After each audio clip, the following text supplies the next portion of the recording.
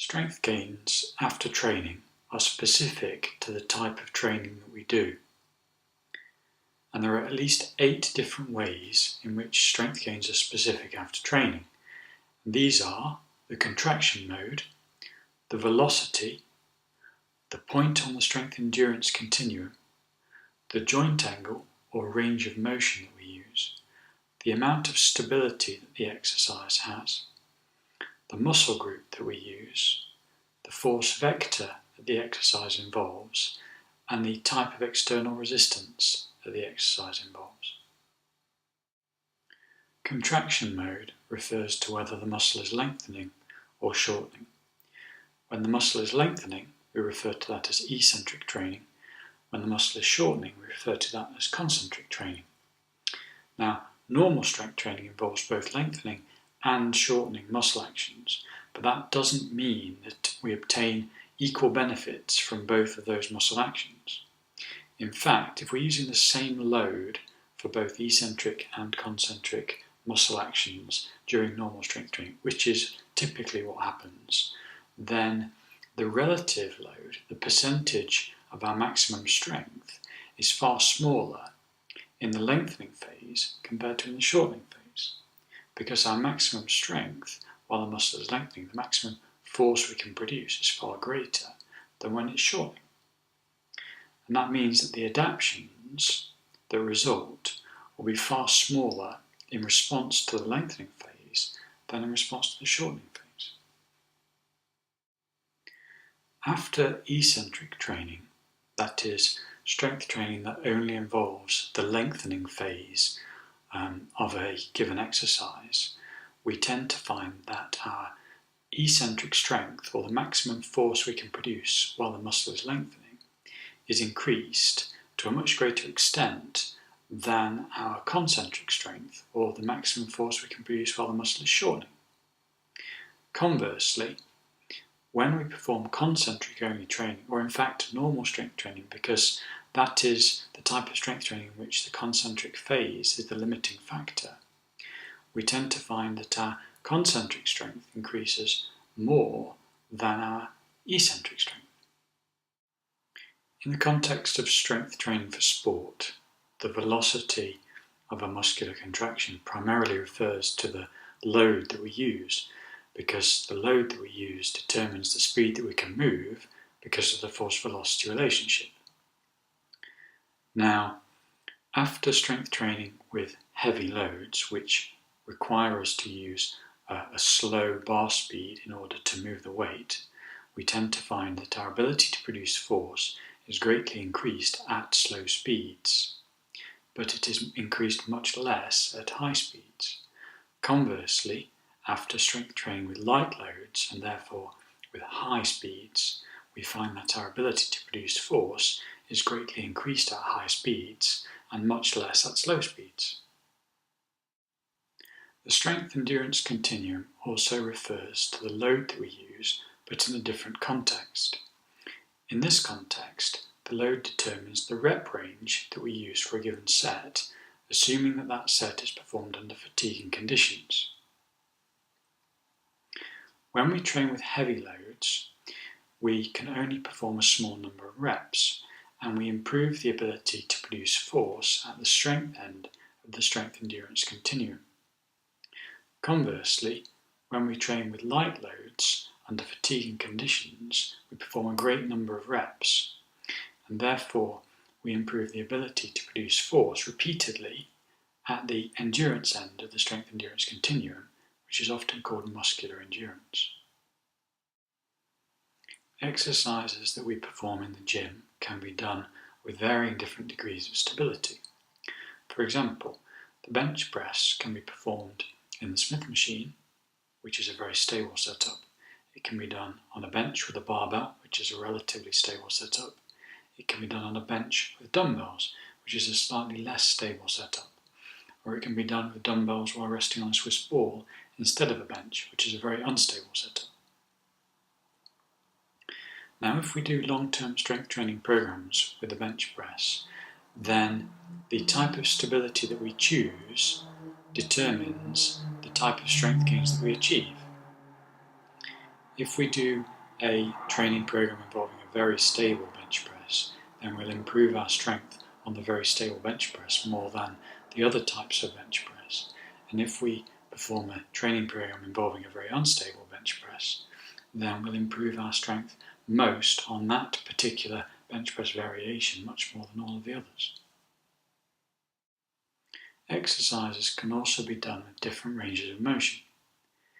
If we perform an exercise with a full range of motion, then the end of the lowering phase involves quite a long muscle length. If we perform an exercise with a partial range of motion, then the end of the lowering phase tends to be a slightly shorter muscle length. After long-term strength training with a full range of motion, we tend to improve our ability to produce force at a full range of motion or a long muscle length to a greater extent than we do in a partial range of motion or at a shorter muscle length. And conversely, after a long-term strength training program involving a partial range of motion exercise, we tend to improve our ability to produce force in that partial range of motion or at that shorter muscle length than we do in a full range of motion or at a longer muscle length. Exercises can be done with different force vectors, and force vectors can be either vertical, they can be horizontal, they can be lateral, or they can be rotational. And the type of force vector that the exercise involves determines the results that we see after a long-term strength training program. And the strength gains that we achieve tend to be specific to the force vector used in the exercise. Exercises can be done with different types of external resistance. The two most common types of external resistance are weight and accommodating resistance in the form of either elastic bands or chains. And the type of external resistance that we use determines the strength curve of the exercise over its range of motion. When we use weight, we tend to find that the exercise becomes slightly more difficult at the beginning and easier towards the end of the lifting range of motion. Conversely, when we use accommodating resistance, we find that the exercise becomes harder towards the end of its range of motion and is slightly easier at the beginning. And this has quite a large effect on the type of strength gains that result, such that our strength gains when using weight are greater when tested with weight than they are when tested with accommodating resistance, and our strength gains after training with accommodating resistance are greater when tested with accommodating resistance than they are when tested with weight.